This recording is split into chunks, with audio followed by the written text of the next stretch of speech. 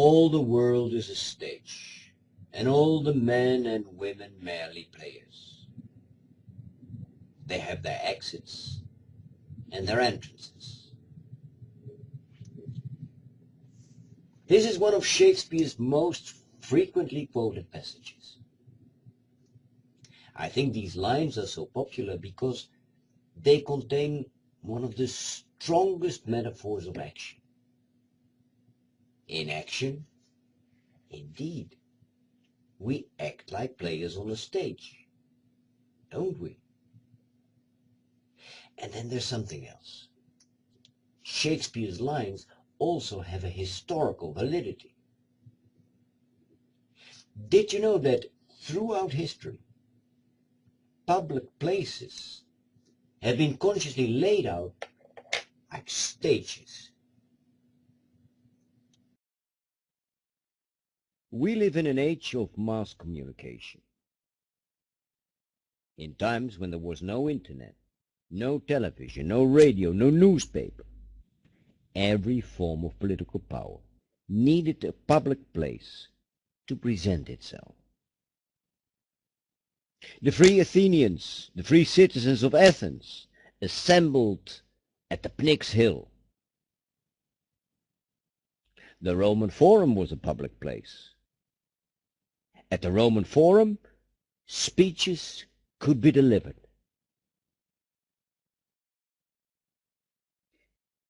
In Europe, every center of power has been laid out like a stage on which the heads of states and the political dignitaries could present themselves.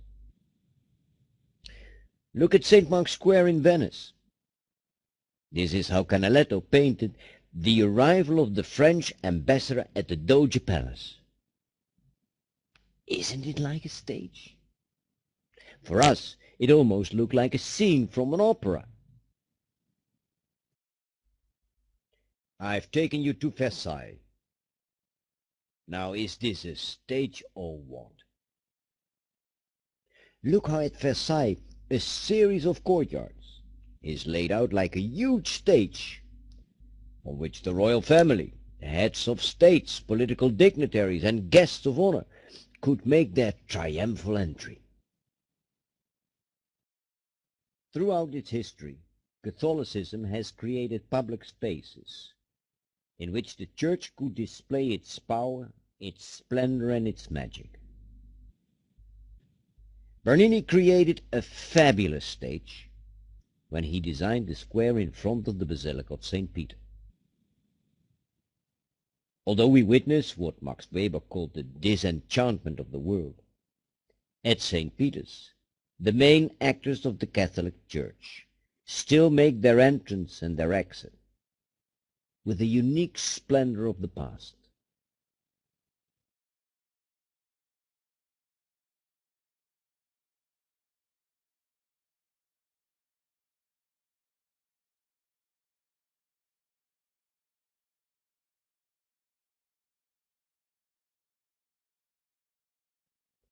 In this section of the website, Notre Dame Cathedral is presented as a stage on which spiritual and worldly leaders, such as popes, cardinals, and bishops, kings, queens, emperors, and empresses, presidents, and ministers have played their roles.